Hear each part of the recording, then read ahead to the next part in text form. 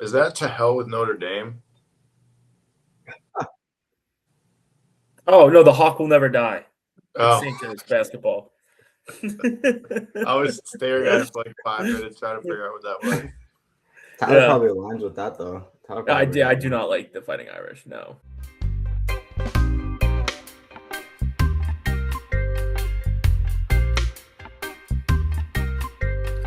Oh, Tyler, you That's can share. college You can basketball share the time. I can give you some space in the beginning to share your Big Mountain West news if you wanna go into that Oh, at North all. Dakota State. That's crazy. Do Yeah, that was actually crazy. Is that happening? Yeah, it officially happened. They announced it. Nice. Yeah, I'm shocked they didn't have to. I'm shocked they didn't have to like do a like wait a year or anything. They're like right in it right away, which is crazy. It's uh, but you, USC though. do you want to talk about it more? I can keep like this part in. Honestly, I'm keeping some of the beginning in, so I Oh, can are we keep that in recording? here. Do you want to talk Oh, about it? snap. Oh yeah.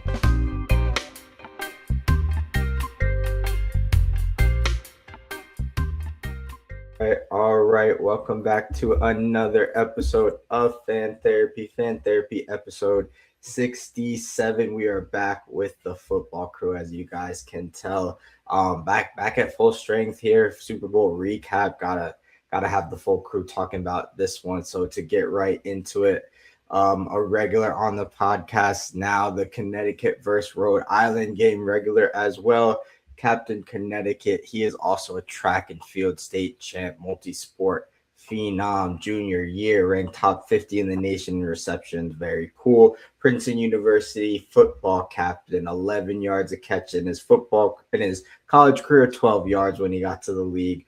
With the 138th pick, the Cleveland Browns made the very wise decision of selecting our fan therapy NFL analyst. He has graced the Jaguars, Cardinals, Browns, and just in case, we'll leave it one more. Carolina Panthers, and he is also the greatest coder in the country as well. Seth, how we doing today, bro? I'm doing great. How are you guys? Doing good, doing good. No more football, which is a little sad, but we got this to keep us rolling. Getting on into the next leg of the panel. He is a leader of men tennis captain, Eagles super fan, 2-0 in NFC championships. That record was protected. He is a Pac-12 truther, 16 playoff enthusiast. He is our fan therapy salary cap maestro, capologist, if you will. Also our college football analyst, Tyler. You held the fort down strong last week. Thank you for coming back again. How we doing? Doing great, doing great. College football's pretty much over with, and NFL's now pretty much over with. So I know. it's time for us to talk about random things, I guess. No, absolutely. We're gonna find ways. There's so many ways to do. We make it work in our group chat, so we'll just bring it here. Speaking on that topic, the season has wrapped up. Patriots, Seahawks. I enjoyed the game. Not everybody enjoyed the game. There's different ways to look at it. But yeah, Patriots, Seahawks. The Seahawks come out on top. Kenneth Walker comes out the Super Bowl MVP. Sam Darnold gets a very coveted ring for him. Not many people saw it coming. They beat the Patriots 29-13. Sam Darnold, 202 passing yards, a touchdown. Kenneth Walker, again, Super Bowl MVP, 135 yards. And Cooper Cup, old faithful in the Super Bowl, clocking in at 61 yards on 6 receptions there. We can keep it on this side for a little bit. How'd you guys feel about watching the Seahawks in that one? Tyler, I'll start off with you. What, 3 scores in the game was just a snooze fest. Like it just was not. It wasn't it. It was Sorry, just Tyler. I gotta check your mic again. I'm so sorry. again. No way. No, wait, it's good now. Wait, Oh, maybe it's yeah, good, good. we're good. Yep, go for it. Oh, I was gonna say that the first 3.5 quarters of that game was just a snooze fest. It kind of I talked to you about this. It like encapsulated this season. Defense is playing well, and then the quarterback's playing not to mess up. So we ended up having 12 points from field goals, and it just felt like two boxers just feeling each other out for no reason. The Seahawks, I feel like, could have probably done a little more once they crossed the 40-yard line, but when your defense is playing that well, might as well just Yeah. not make mistakes and kick field goals. Absolutely. The announcers were calling it a lot of the word of the night was concession. I feel like there were like a lot of teams were conceding, quote unquote, conceding on third down, willing to trust their defense. I'm sure that's the mindset they saw it with. Seth, what are your initial reactions to that Super Bowl? Yeah, I agree with Tyler. I mean, I also agree with you, Justin. I think, from a scoring perspective, it was slow, but I thought the game was interesting. Even without scoring, every play in a game with that high stakes has so much riding on it. So, I don't know. I feel like as a former player and as just a fan of the sport, I'm on the edge of my seat every play, even on the 3 and outs. There's so much that can go either way on all of these plays. Potentially a large part of the audience wants to see the ball moving more up and down the field, points being scored. I do too, but I thought it was a really good football game, mostly played by the Seattle Seahawks. Yeah. The quarterback play down the stretch in the playoffs, to Tyler's point, was really average. Looking back at the playoffs, the best quarterback performances we had were probably from Matt Stafford and Caleb Williams. The rest of the teams really were defensive led, and it made for kind of this cat and mouse type of games down the stretch where we're seeing who can win the turnover margin, who can sneak out some field goals here and there, whose defenses can dominate the most. Going into the game, I felt like the Seahawks had a slightly better defense and a slightly better offense. I said if the Pats were going to win, it was going to be on turnovers and special teams.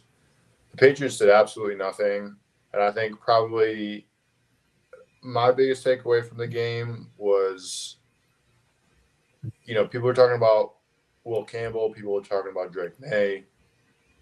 I want to talk about Josh McDaniels whenever the time comes. I think that he didn't do a good job of simplifying the game for Drake May. A lot of long developing patterns, a lot of Drake May needing to hold on to the ball for too long when there's so many other concepts in the game of football that you can get to that are simple, that work, that you can get the ball out of your hands. And we just didn't see any creativity or any variance or any change-ups from Josh McDaniels. It was a lot of the same. And, I just felt like there could have been some better play calls at certain points and a lot less long developing routes, especially against a pass rush that was obviously getting home.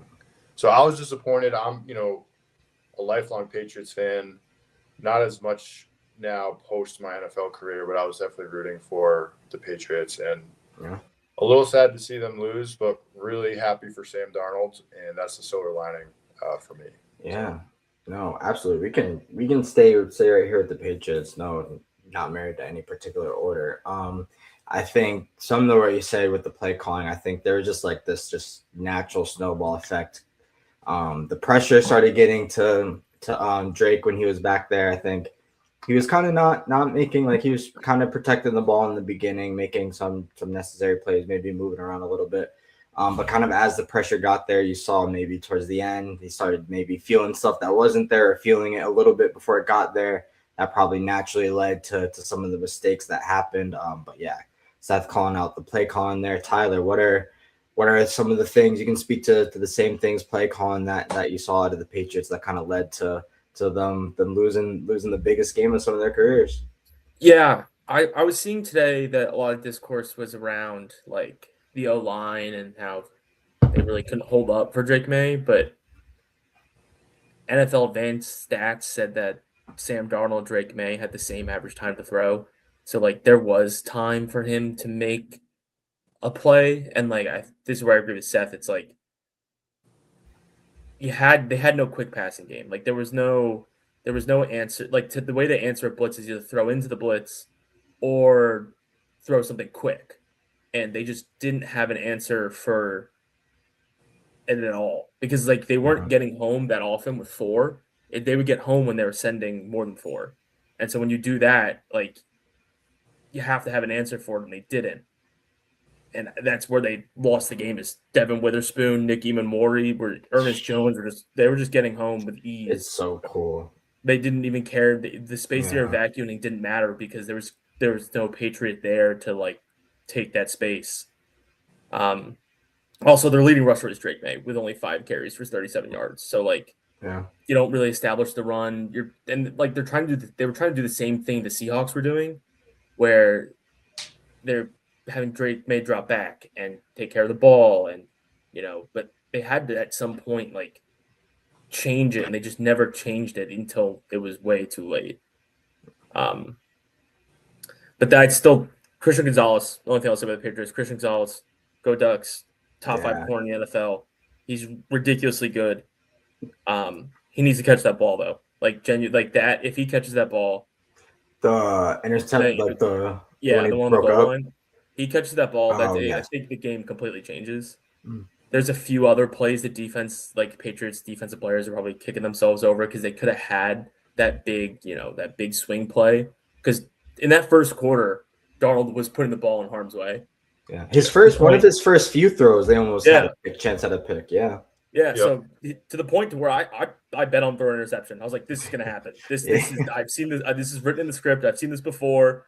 Darnold was just not taking care of the ball. He's just going to throw it right into a Patriots' hands, and they just never happened, which was weird.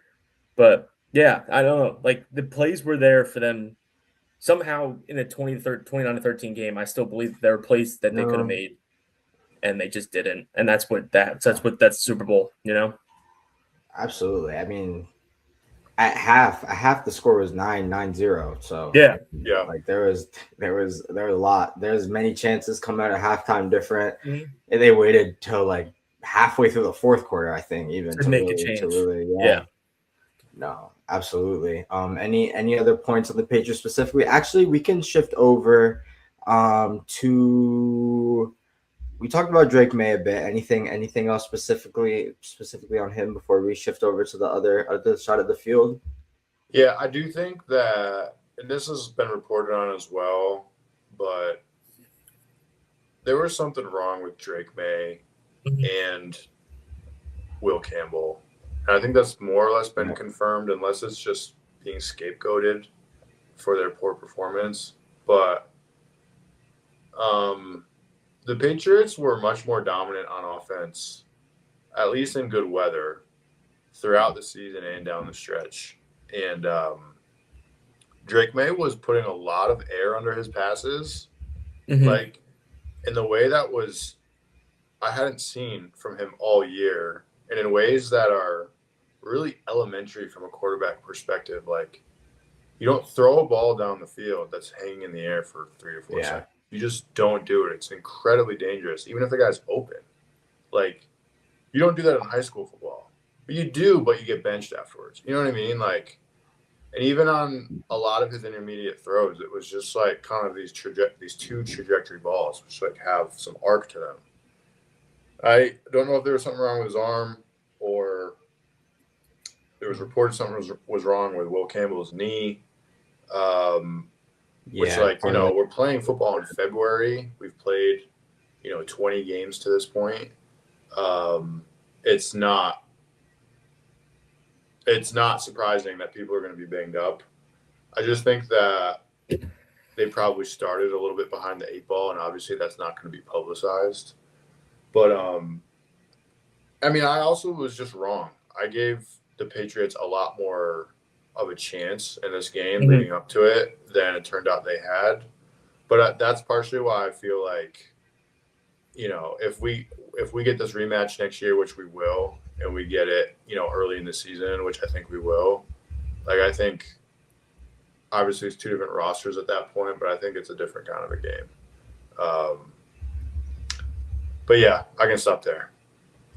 No doubt. I think especially considering that Broncos game, we kind of had a weird sample size of the Patriots offense going into that one. And you bring up a great point with Will Campbell's reported knee ligament. I mean, it wasn't going well for them and that side of the offensive line specifically that night.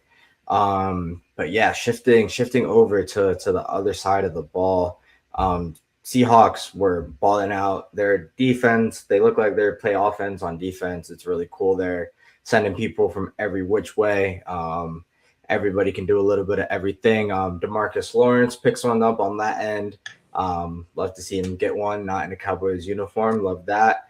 But yeah, Seahawks, I think, star of the show. Their star of the show was Kenneth Walker on the night. He doesn't seem like he loves the spotlight too much, I should say. That's what I meant to say. So I think Sam Darnold was really in the eye of that media storm, coming from being drafted as a highly touted quarterback out of USC, first quarterback out. People were very excited to see him enter the league. He got planted immediately into a big market, and with the New York Jets, it did not go well. I think people were very mutual in their decision to let him go. It seemed like the right decision, and now here we are. He is raising the trophy as a Super Bowl winner. You could bet on something like that. I'm sure that person's very rich. Initial thoughts on the Seahawks end. I think they kind of just their game plan. They just saw their game plan come to fruition. Tyler, anything out of the loop there?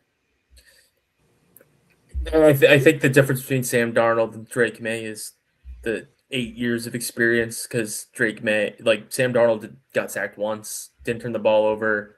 When there was pressure, he was able to escape, knowing where to escape, getting the ball out of his hands when he did, not holding on to the ball, not forcing throws that were there later in the game because he was trying it in the beginning of the game. Kenneth Walker probably has one of the most unmemorable Super Bowl MVPs ever. I think, if you think about the game, you're like, oh, what's that one play you remember from Kenneth Walker in the Super Bowl? It's like, oh, that one run he had. Because all he did, his longest run was 30 yards, and it's just he didn't score a touchdown. That one cool run got called back. I know, got called back. So it's just kind of so bad for him. Yeah, it's like, oh, okay. It's like he won Super Bowl MVP, but he was just the best of the rest. I don't know. I think the Seahawks defense should have won. Again, they could have. He was the most unstoppable force. Yeah. They couldn't stop his just consistent progression down the field. That's the consistent. Absolutely. He just didn't have that, that dagger, that play where you're like, oh yes, that guy was assertively made himself the best player in this game. That Seahawks defense line that was legit. Byron Murphy, really good. Whoever taught Devin Witherspoon and Nick Emori how to rush the passer, that's crazy for DBs to be going in there and swim moving a professional NFL player. That was crazy. They just he's played a lot of football. I don't know. Huh? No, I just said they just attack everything they do. Yeah. They just, attack it. It's incredible. And the thing I love saying about the Patriots, I don't want to talk about the Patriots anymore, but you had the blueprint to kind of beat this team. You watched what the Rams did.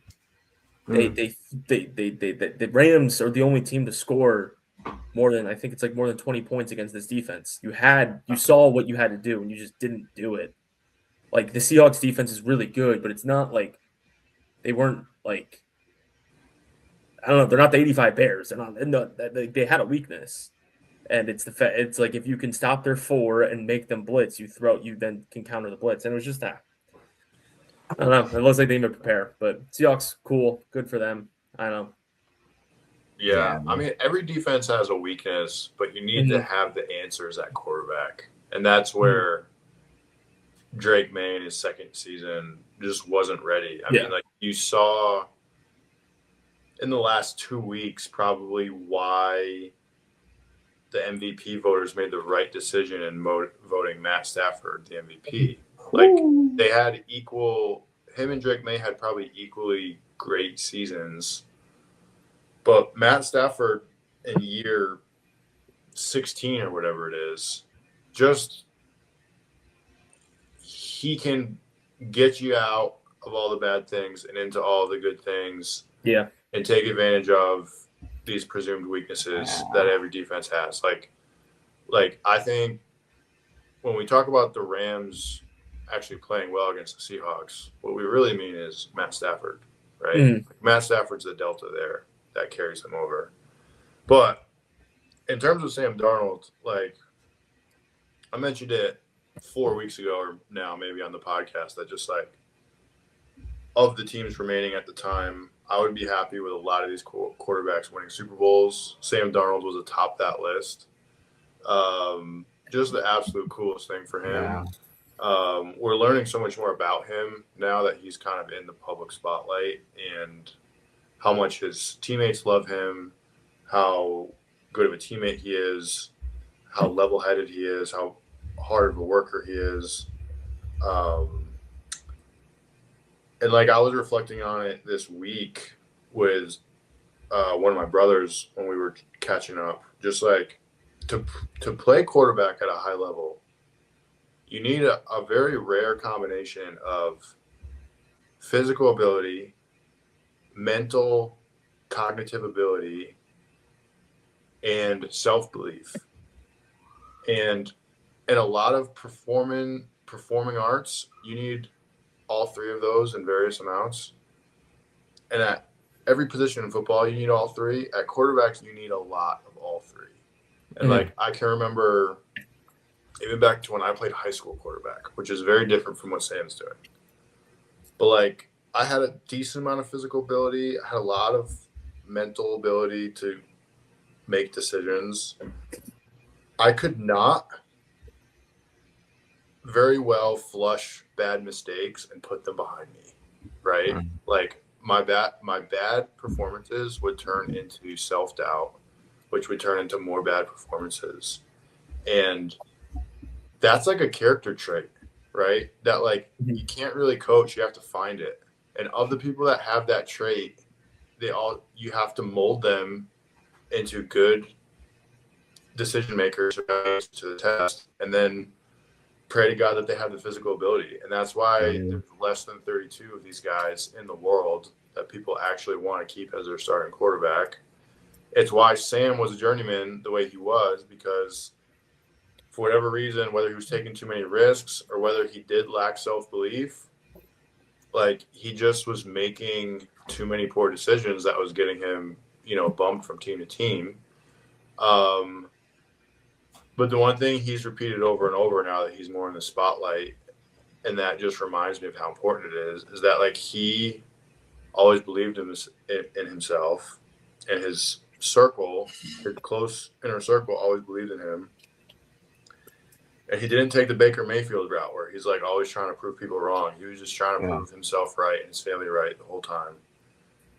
And it's just a great story that is easy to get behind, and is, such a shining example too for like players like myself, who wasn't a third overall draft pick, right? Who wasn't afforded a ton of mistake time, right? Like there's so many people who have walked in Sam's shoes and not gotten as many opportunities because they weren't the third overall pick. All that being said, like he's taken his opportunities, continued to work, and now he's Super Bowl champion, right? It's really an inspiring story. No doubt. And the very words you said, that was on his that was on one of his draft like profiles, was he's not affected by mistakes or by bad plays. So he clearly shows that, and he shows that on the field, off the field, with the bad situations that he's been in and having to move from team to team. He's climbed the mountain. He's did the thing. Tyler, you good for us to move on to the next question here? Very Sam Darnold related. So if you got more, we can bring it up here. But I got one comment about Sam Darnold. Yes, please go. Justin, when we were talking about who we wanted to see to win the Super Bowl, we both said that if Sam Darnold won, it would be tough on our Jalen Hurts agenda. True. But shout out Sam. He actually is now helping my Jalen Hurts agenda, because everyone that said that Hurts was carried by the defense in the Super Bowl, I just want to point out that he was like this is what carried looks like. Like this is it. Hey, Drake May and Sam Darnold, this is what it would look like. Jalen Hurts went out there bald. Yes. Put up one of the best EPA per play, per drop back in Super Bowl history. These quarterbacks did not. That's the difference. Still a great guy, but for my fan agenda, he helped me a lot. I do appreciate that. No, that is definitely going to be the conversation of the offseason. I know you have your Jay Hurts agenda going. I'm very very embedded in mine. I think that's going to be definitely the conversation, the series, the tiers of quarterbacks. There's definitely levels to it, and we'll be definitely diving into to what those levels are. Definitely break out a tier list. I think it'd be fun to do a tier list with you guys for sure. But yeah, we said it. Sam Darnold, we're super happy for the guy. We love the story, and I think there's nothing media loves, especially American media. They love to just refill the story, take the template stencil, and apply it to somebody else. Tyler, I'll let you kick this one off. We're gonna be kind of diving into looking at the league and seeing who could be the next big Sam Darnold story. I couldn't fit his whole name, so I hope he doesn't mind the nickname here. But yeah, Tyler, I'll let you kick us off on this one. Okay, how do we want to go about this? Do we want to? We can go one for one, and then I'll get him where I can because I didn't really Maybe define your terms, Tyler, just so we're all on the same. Okay. So I was thinking of like as in a Sam Darnold guy, as in someone who was maybe not drafted into the best situation, then had a few stops around the league, and then ends up in the right situation and is able to play a key role in his team winning a Super Bowl. Now, those guys don't necessarily exist, right? But it could be guys that could be their potential career path, or that has been their career path, and this stop could be it. Mm-hmm. If that makes sense. Yeah, and we're talking about quarterback specifically. Yeah. So, if I could give you my first one, if this one, I think go one for one. We'll go back and forth, and I'll get him right again. Will Levis. I'm not done on Will Levis. Will Levis. Will Levis, he kind of had the same look to me as a Sam Darnold on the Jets, where he's trying to do too much for a team that around him probably wasn't ready for him. I'm curious on what he can look like with another team, and maybe a coach that could be better at coaching him up, like a Kevin O'Connell, like Sam Darnold had, or like a Kyle Shanahan, like Sam Darnold had. So that's a guy I think, if he could get like a backup job with like the Rams or even here in Philadelphia and really get to learn from like a veteran quarterback and learn from a good QB coach, that I think he has the tools to be a good quarterback.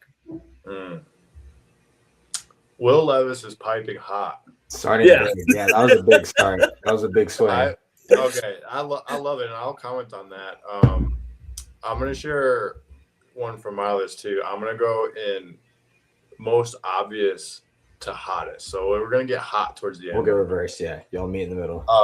But Will Levis. Okay, let me just comment on Will Levis real quick. I hope you're right, Tyler, because I don't root against any player. However, I see in Will Levis a bit of myself. I think Will Levis is me one level higher from a quarterback perspective, meaning like I really wanted to play college quarterback, and the college coaches were like, you're probably just the best athlete on your team, right? Had I played quarterback in college and then tried to go one level higher, that's where you kind of get screwed, right? Because it's really hard to change positions then. Mm-hmm. But like, he's kind of just stuck now at playing quarterback when he probably at some point earlier in his life should have been advised to play another position. That's my take on Will Levis.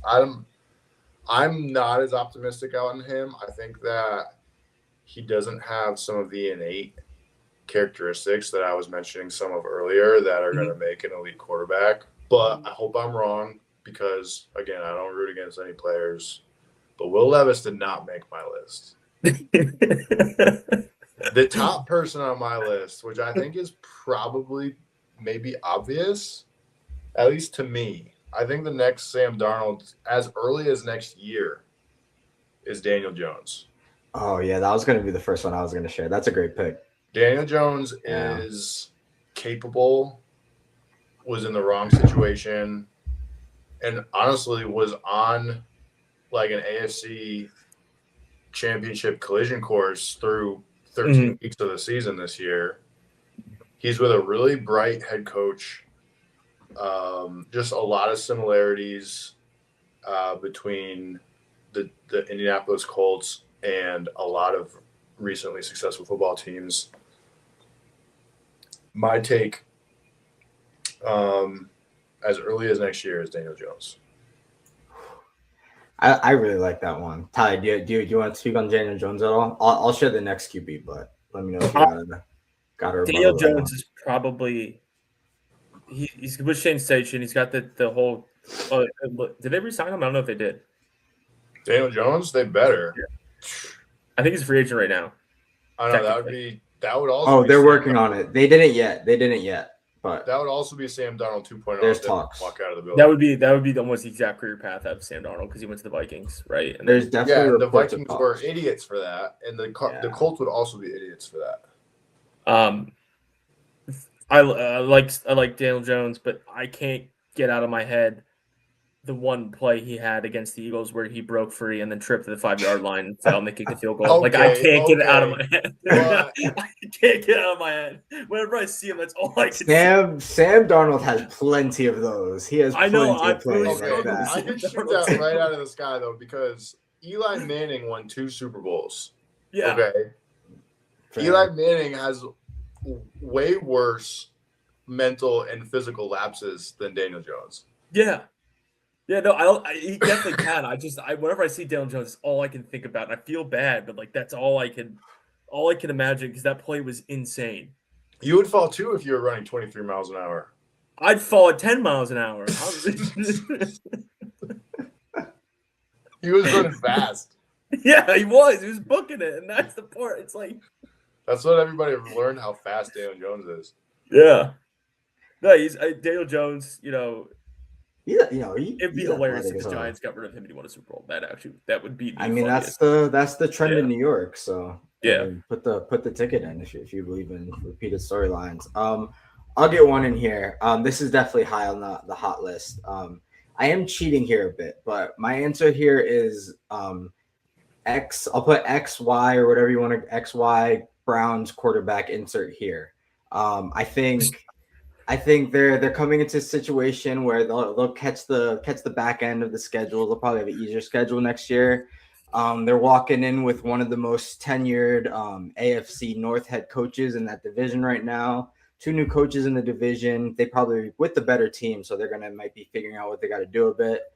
They got the sack leader over there. They got a great offensive mind coming in. I'm assuming they can then make something out of keep going what they have on defense there. Get a playmaker or 2. They got some decent offensive linemen, like individuals there. Hopefully they can get together. It could be Deshaun. I'm hoping it's Shador, but I think whoever is there has a chance to make something shake. That's the hottest of my hot takes. That is hot. That is very hot. So you're assuming that it's a quarterback currently on the roster. A quarterback currently on the roster, yes. That's crazy. Even one coming in. I would even say I did say X insert quarterback, but honestly, I did have in my mind the you think it's Shador or Deshaun? Probably one of them 2, yeah. One of those 2. Oh, Dylan Gabriel. Chill out. Go Ducks. I thought okay, I'm assuming they're gonna use Dylan to kind of they're gonna try to get something for Dylan. We have to talk too if what the Browns should do at quarterback position. I love that chat too. But yeah, that's the hottest of hot takes I got there. We'll have that conversation when the combine's going on. No, that's a hot take, man. That's a tough one, Justin. To react to. There's not much to react on that one. I mean, I like your kind of confluence of reasons.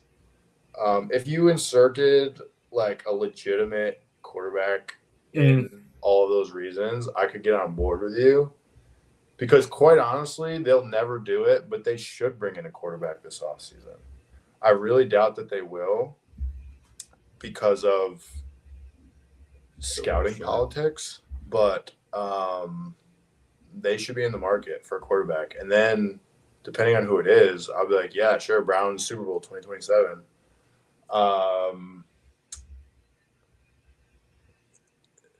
It would be so crazy. And it gotta be this year. And I think I will extend my take to if they bring in a quarterback just to protect myself on the back end a little bit there. But yeah, Ty, we can go around the horn one more time on this one. Okay, which one do I want to do? I will. I'll give you two. Tua, if he's healthy. I don't know if Tua's healthy. Tua may be. He may be. I don't know what's wrong with his. I had him in my mind. If he's healthy, I think there's enough with Tua to where he could go play for a team and do enough for them to win. The other one, which is more exciting, is Malik Willis. I'm all aboard the Malik Willis train. Yeah, I'm with it. I really don't. As you can see, I don't really think highly of the Tennessee Titans' current administration. So I think both of their former quarterbacks could be a lot better elsewhere. Yeah. I mean, Malik Willis was better elsewhere. This is his shot. I don't think he should jump into a starting job right away. I think he could also still benefit from learning from another coach. Like, I think if you put Malik Willis in your Brown scenario, I don't think that would end well. I think he'd be better off maybe finding a team where, like Atlanta. I think Atlanta could be a good spot for him. They just got rid of Kirk Cousins. They got Michael Penix, but he's probably the same. Yeah, Malik Willis and Tua. Those are two good ones. I had two in the back of my head. I think he would get like a, not no disrespect on Nick Foles, but like if he had a Nick Foles run, I think he would kill that. Yeah. I think Tua is a backup to somebody. Like, again, I'm trying to run through the QB coaches, the Vikings, Niners, Rams. Run back to Alabama QB room. Yeah, dude, bring him back. I'm good. Bring her to Philly. Let Tua and Hurts work it out. Yeah. Tua did not make my list. I think he's a classic candidate to just get bounced in the playoffs every year. I think he's a good quarterback. I think he could make a deep run. But for a kid who grew up in Hawaii and played at Alabama and then in Miami, like, he's never been good in non-optimal conditions. That's fair. And like we see down the stretch in the NFL how situational and environmental these games get. For some reason, like, him and Kyler Murray are like great on turf when the ball's dry, when the turf is sticky, and then once it gets a little later in the year, they're on their couches. But again, I don't root against any players. He just didn't make my list.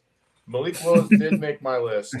I'm also on the Malik Willis train. I told Justin a couple days ago, I think Malik Willis is a starting quarterback next year. I don't disagree that maybe that's too quick for him. But I think he takes advantage of some momentum and potentially lands a starting job. Especially because there's probably at least 7 QB needy teams. Not enough players in the draft to meet that need. Certainly not enough starters. And there's going to be a free agency frenzy at quarterback this year, as there always is. But I think particularly this year, especially moving forward with less college quarterbacks entering the cycle. But, yes, I'm also on the Malik Willis train. I'll give you the rest of my list in order. Malik Willis was third. I have 5 names. Daniel Jones, Mac Jones. I'll let you guys comment on whoever you want off this list. Daniel Jones, Mac Jones, Malik Willis. It's not apples to apples, but Kirk Cousins.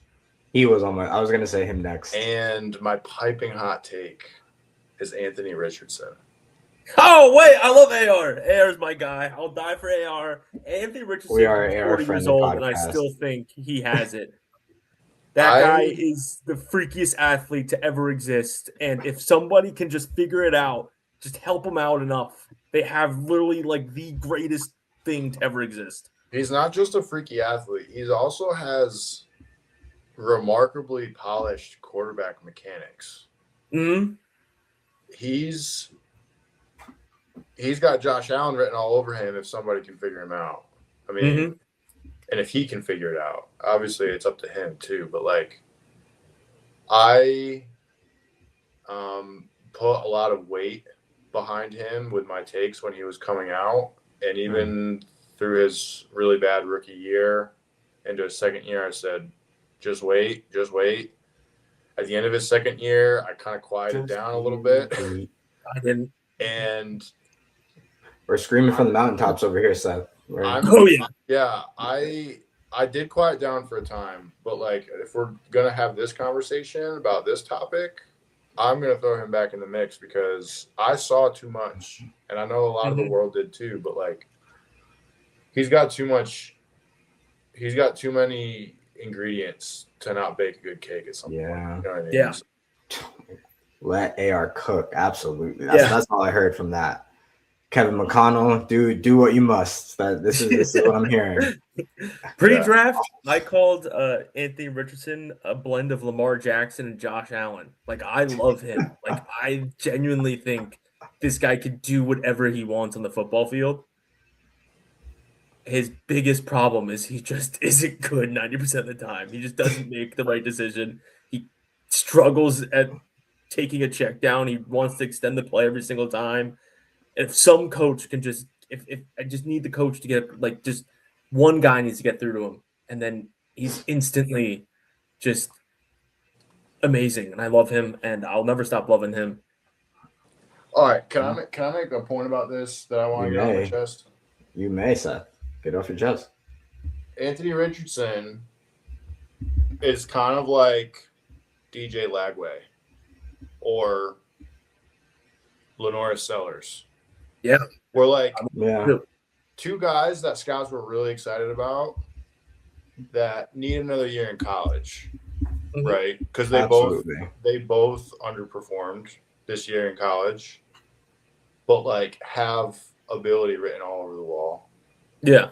And my point about this is like, had Anthony Richardson been a couple years younger and had the opportunity to make $6 million in college football and actually get another year of starts, as opposed to having, I think, 13 starts when he was drafted, like, Anthony Richardson could already be great.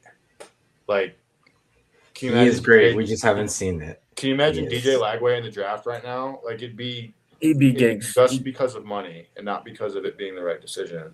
Yeah. But that's essentially why AR and everybody else who had the ability came out when they did, right? Like, get it. He was not ready. Even though he was immensely talented, he was not ready. No. Bo Nix was potentially ready. CJ Stroud was ready. The kid in Washington was ready. CJ Stroud was ready when he was 12. He's been told this was happening to him. Yeah, but like these guys like played a lot of college football. You know what I mean? Like, absolutely. I don't know. I think Anthony Richardson needed a couple NIL paychecks. He probably got them under the table, but he needed some real NIL money and Jordan Brand, absolutely. Some more time in college. This is, I think you'll learn more about this, Seth. The way I always look at players in the draft is you don't draft who they are, you draft who they can be. Sure. And Anthony Richardson was the epitome of every single NFL coach, and every single one of them was like, if I can do this, I will have the greatest player of all time on my hands. Like, and I don't like fans like want to hate on and be like, why did you like? No, like you have to see it from the coach's perspective. They're like, I'm getting like the perfect player, and if I can be the one to do it, then my job is saved. My guys' jobs is saved. I've got all my players I like on my team, all their jobs are saved. The GM's job is like, and so that's why I'm like, Yeah. I will always believe in this guy because he's always got a chance. Him and Joe Milton. Chris Ballard is the safest man in America right now. That man will never get rid of that. That man has his job for life. Yeah. But go ahead, Seth. You about to say something? No, I'm good.